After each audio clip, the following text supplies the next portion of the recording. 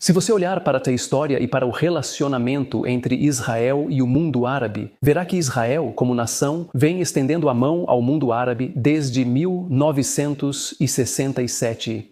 Mas o mundo árabe insistiu em deslegitimar Israel. Agora, começara a acreditar que existe uma fronteira e que existe um país com fronteiras. Acreditar que existia antes do Estado de Israel, em 1948, e que se chamava Palestina e que foi ocupada, é uma completa insanidade. Então, basicamente, o que estamos analisando é o que existia antes do mandato britânico da Palestina.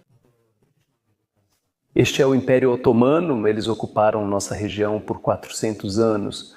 Este é o último Império Islâmico. O Império Otomano foi o último califado islâmico, ou talvez o Estado Islâmico do Iraque e da Síria. Eles tentaram depois, mas não tiveram sucesso. Então, isso é 1913, aproximadamente 6 anos antes do colapso do Império Otomano, que foi o resultado da Primeira Guerra Mundial. Podemos ver, por favor? Mapa número 2? Aí está. Então agora essa é a nova cor. O que você vê a influência e o controle britânicos. A maior parte das terras que me interessa discutir hoje à noite está entre a França e a Grã-Bretanha, os britânicos. Foi aí que nasceu o mandato britânico da Palestina. Ele começou a se desenvolver em 1919, mas só foi oficializado em 1922. Esse foi o começo do que conhecemos hoje como Palestina. Claro, porque os britânicos escolheram o nome Palestina?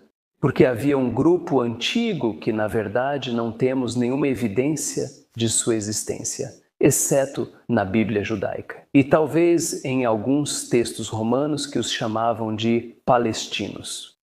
Mas esses desapareceram. Conectar eles com o povo de hoje e dizer, sabe, eles têm o mesmo DNA, eles têm a mesma Bíblia, eles têm a mesma moeda, eles têm a mesma linhagem das Escrituras. Isso não é verdade, eles estão totalmente desconectados. E então eles chamaram a região do Rio Jordão, até o mar Mediterrâneo, de Palestina. Nessa região tínhamos judeus, árabes, drusos, cristãos, muçulmanos, invasores, todos os tipos de pessoas. E todas essas pessoas receberam um passaporte palestino emitido pelos britânicos. Então, os judeus que viveram nessa época, a entidade colonial de 1922 a 1948, o povo judeu era chamado de palestino. Todo mundo era chamado de palestino, mas quem inventou o nome palestino e quem emitiu os passaportes e a moeda foi a entidade colonial da Palestina. Quando dizem que é o mandato britânico da Palestina, então a Palestina recebe o nome do mandato, não o contrário. Então, basicamente, é aqui que tudo começou. Como pode ver, antes de 1922 não havia um país chamado Palestina. Houve a ocupação otomana, que havia aproximadamente 400 anos, ou na verdade exatamente 400 anos de ocupação. Esses foram os que nos mantiveram na escuridão porque colocaram um cerco em nossa região. Eles não nos permitiam ler, não nos permitiam imprimir. A Europa saiu da Idade das Trevas. Eles começaram a imprimir. Eles se rebelaram contra o controle absoluto da Igreja, mas o Império Otomano nos manteve na escuridão. Eles não permitiam nenhuma propriedade intelectual vinda de fora do mundo. Estávamos totalmente desconectados e, claro, nossos ancestrais. E nós não tínhamos, obviamente, internet naquela época para ter acesso ao resto do mundo. Então, é por isso, na verdade, digamos que um dos principais motivos, como alguém que estudou história, por quê? Estamos alguns séculos atrás da Europa e alguns séculos atrás do resto do mundo. Por causa dos turcos. que nos escravizaram, o povo judeu não aguentou, eles não suportaram a escravidão, por isso migraram. Foi um processo de limpeza étnica pela quilata islâmica e, não foi uma coincidência. Por que o povo judeu começou a retornar à terra de Israel imediatamente após o colapso do Império Otomano? Porque estamos falando de 400 anos de limpeza étnica. E as pessoas acusaram o povo judeu, o povo indígena que tem raízes, que manteve presença, que foi forçado a sair de sua terra, espalhado por toda a Europa. Então eles tiveram que enfrentar o Holocausto. E quando migraram de volta para sua terra natal, para onde pertencem, depois de muitos anos de limpeza étnica, eles foram chamados de colonizadores. Isso não faz sentido porque as pessoas têm o direito, especialmente antes de Sykes-Picot, isso é Sykes-Picot. Aliás, quando a Terra foi dividida, como você vê todas as cores, as entidades coloniais do Oriente Médio. Então não havia fronteiras políticas. As pessoas podiam simplesmente montar no burro de Meca até Jerusalém, e ninguém os parava. Então, quando as pessoas migraram da Europa por causa da guerra, quando é que as pessoas migram? Ao longo dos séculos, as pessoas migram em casos de seca, desastre natural, enchente, terremoto ou guerra. É nosso direito, como Deus proíbe. Se este mundo sair do controle, as fronteiras políticas não existirão mais. Então, nessa situação, não havia fronteiras políticas. Isso ocorreu em 1917, Sykes e sua equipe. Então, agora começar a acreditar que existe uma fronteira e que existe um país com fronteiras que existia antes da existência do Estado de Israel em 1948 e que se chamava Palestina e que foi ocupada é total insanidade. É contra a ciência, é contra os fatos, é contra a verdade, é contra a Bíblia, é contra tudo. Eu não estou dizendo que os árabes não existiam. Essa é novamente a minha etnia, e eu nunca vou negar o direito deles de existir. Na verdade, Israel reconheceu a presença árabe. É por isso que eles eram apenas algumas centenas de milhares na época em que Israel foi estabelecido. E hoje temos mais de 2 milhões de árabes que vivem em Israel. Alguns deles são, na verdade, juízes na Suprema Corte. Me encontro um juiz judeu em um país árabe. Sabe? Então eles, infelizmente, quando eu falo sobre a narrativa falsa e as pessoas têm acusado Israel de limpar etnicamente os árabes, que mentira enorme, que mentira enorme. Isso não vai ajudar a situação, só vai piorar cada vez mais.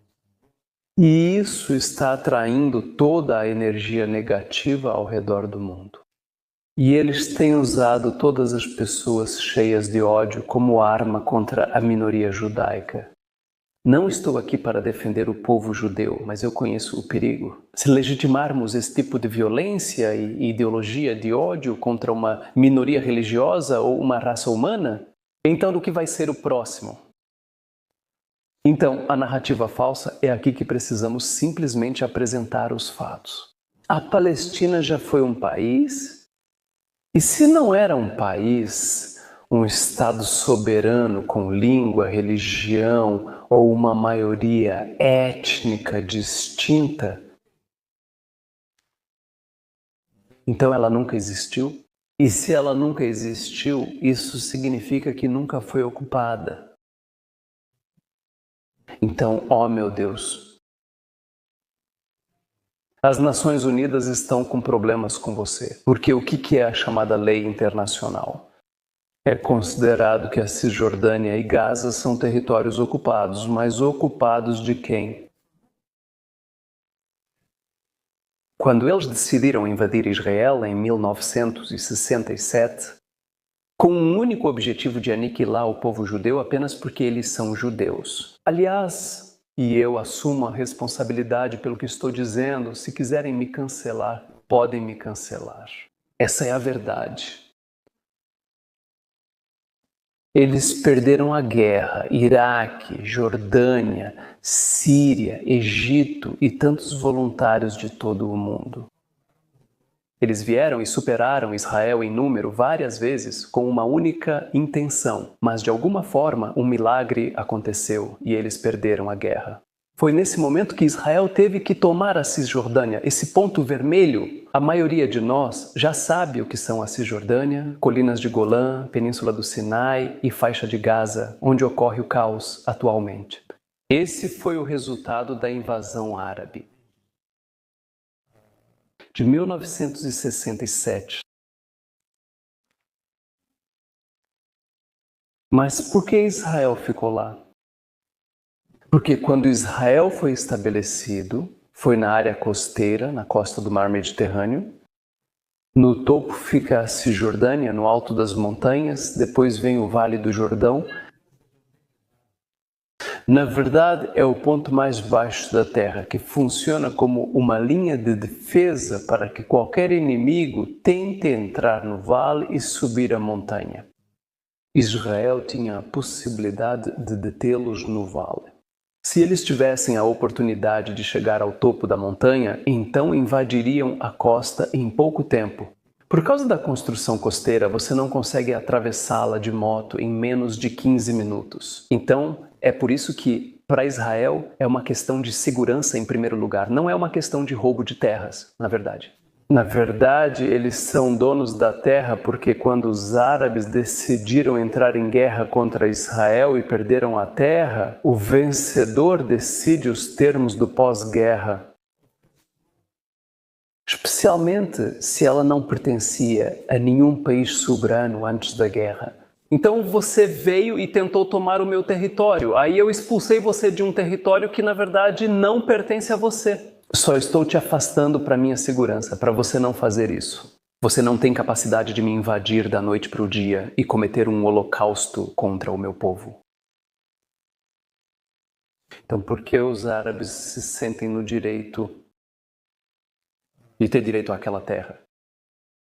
Há um motivo, mas não quero falar sobre isso hoje à noite porque pode ser perigoso. Depois disso, talvez eu seja rotulado como islamofóbico, então eu seria cancelado de novo. Talvez eu fosse condenado à morte de novo e de novo e de novo.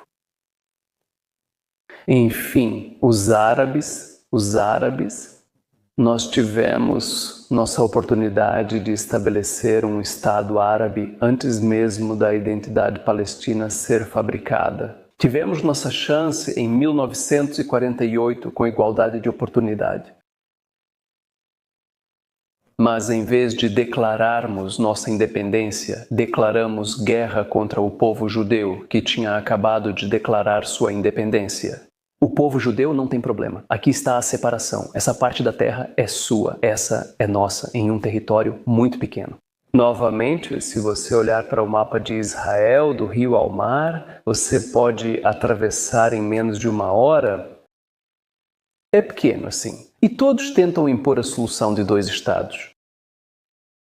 Depois, 7 grandes guerras na região. E eles estão tentando, de alguma forma, reverter a roda do tempo e cancelar todos os eventos que aconteceram nos últimos 70 anos de conflito, ódio e derramamento de sangue. Como alguém pode reverter tudo isso? Existe uma nova realidade no terreno. Isso era possível lá em 1948. Por que vocês não aproveitaram? Mas eles estavam cegos pelo ódio. E, novamente, era uma questão entre judeus e árabes, não era uma questão entre judeus e palestinos. Os palestinos ainda não existiam.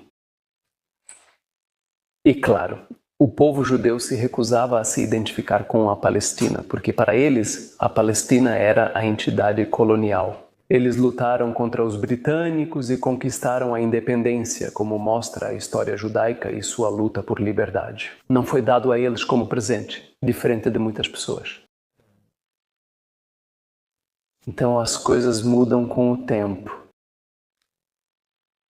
Mas o Yasser Arafat declarou a independência palestina, acho que foi em 1988, Isso foi 40 anos depois que ele teve sua primeira oportunidade, ou depois que os árabes tiveram sua primeira oportunidade de declarar sua independência.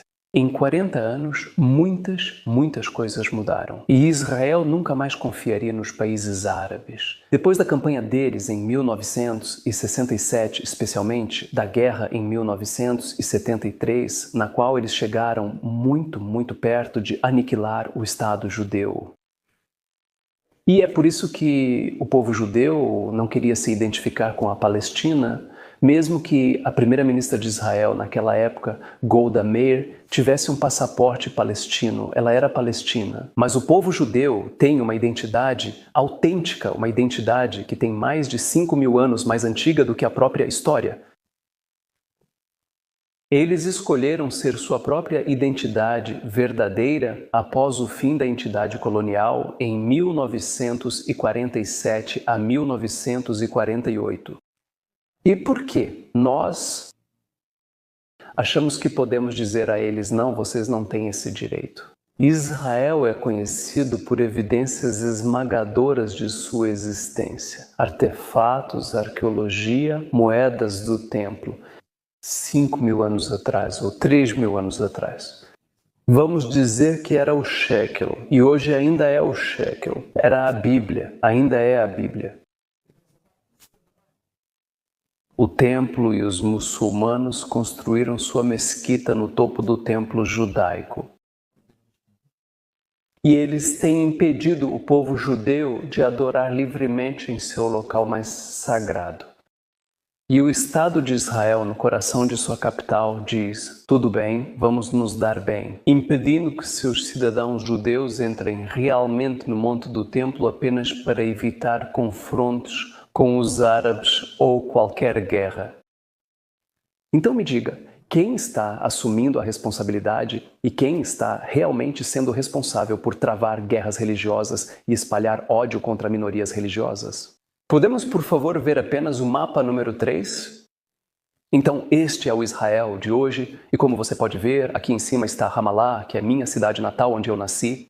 Eu nunca tinha ido a Gaza, exceto até essa guerra. Fui a Canunis por apenas alguns dias para ver os túneis do Hamas. Eu queria entrar neles, queria ver com meus próprios olhos, porque pensei que talvez pudesse ser só uma mentira.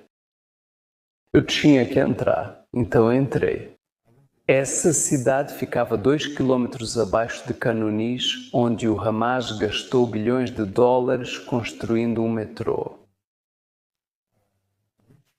Eles poderiam ter construído acima do solo, mas escolheram construir abaixo do solo.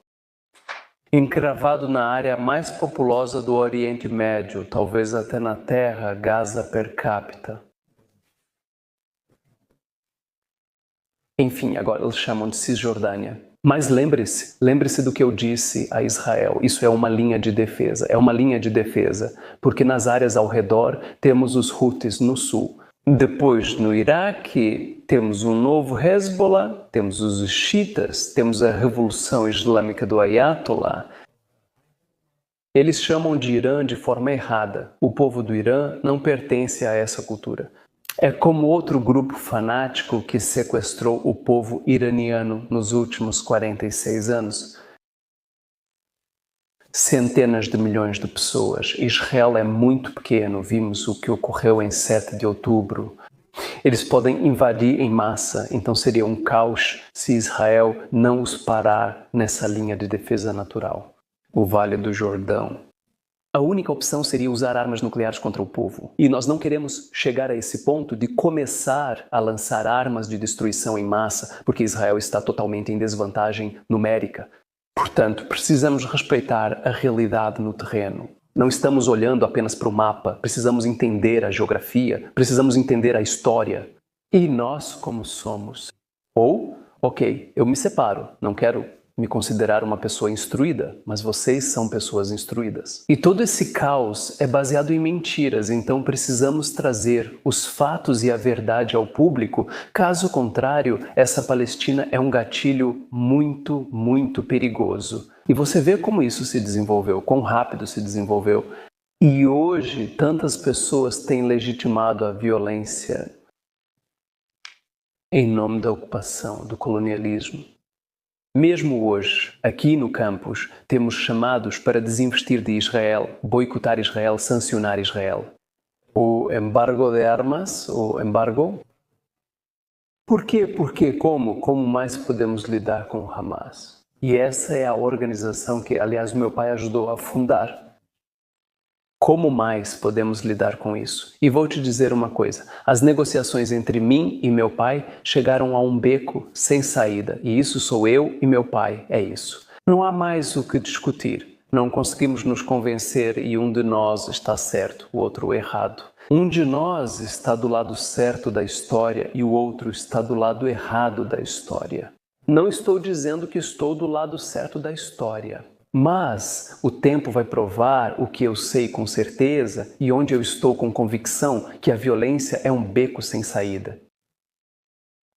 E infelizmente quando eles decidiram ir,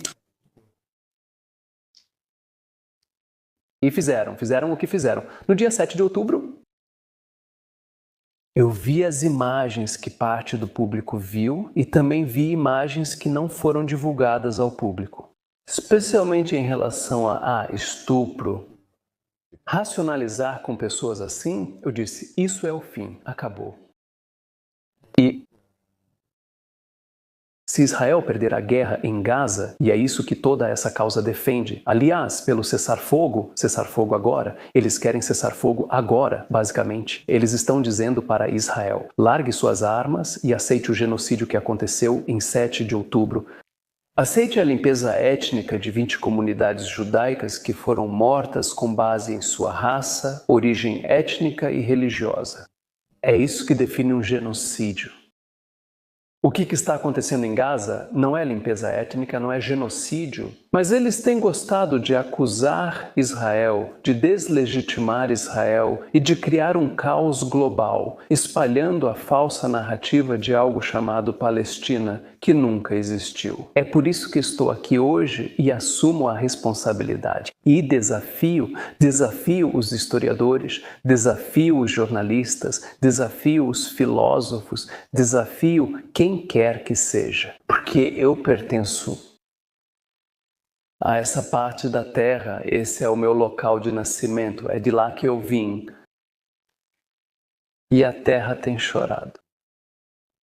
Chega, já basta, chega de doutrinação, chega de abuso infantil. Eles não nasceram palestinos, eles nasceram livres e eles têm a liberdade de decidir seu futuro. E chega de Yasser Arafat e de todos os vigaristas que querem continuar sacrificando crianças para seu ganho político e financeiro. Chega desse jogo, chega, chame de Palestina, chame de Wakanda, do que quiser chamar. Bem, antes de tudo, sim, existem princípios para o diálogo, como conversar com alguém. Eles precisam, antes de tudo, acreditar no diálogo. Sem isso, não adianta. E eles estão apontando uma arma para a sua testa e dizem, eu quero do jeito que eu quero, então não podemos negociar com eles. E quando temos fanáticos ou extremistas, terroristas que já tomaram sua decisão. E eles não acreditam na diversidade da vida, não acreditam no diálogo, não acreditam em outra opinião. E eles querem agir com violência se você desafiar a crença deles, ou querem te cancelar completamente, ou até mesmo te sentenciar à morte se você desafiar a lógica ou o delírio deles. Nesse caso, então, chegamos ao inevitável, que é o uso da força, e é isso que está acontecendo neste momento. Infelizmente, esta guerra era inevitável para Israel. Não havia como simplesmente sentar e aceitar que selvagens viriam e fariam o que fizeram. Para mulheres, para crianças, para idosos, para sobreviventes do Holocausto, para basicamente civis, é impossível. Então vamos apenas passar por esse momento difícil, que é o último recurso. Isso é o que Lao Tse, um dos maiores filósofos orientais, sempre dizia, seja ele ou ela. Nós não sabemos se Lao Tse era homem ou mulher, mas que o uso da força é justificado, mas só como último recurso.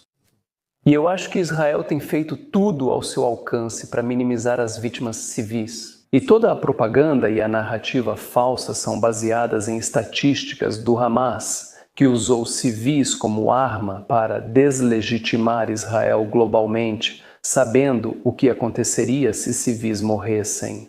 Então eles multiplicam, exageram as estatísticas para ganhar simpatia global, sacrificando seus próprios filhos. Vários crimes de guerra. Então devemos removê-los do poder, se Deus quiser que Israel terá sucesso se dermos apoio suficiente a Israel. Como democracia, esqueça líderes e políticos.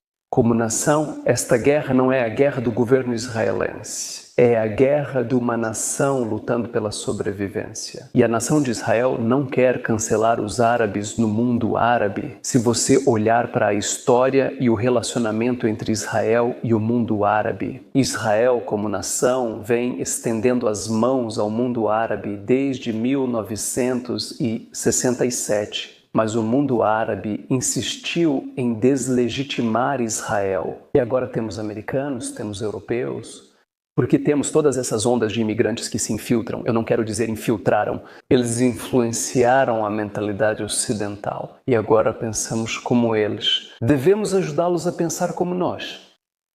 Mas caímos na armadilha deles e essa é a realidade.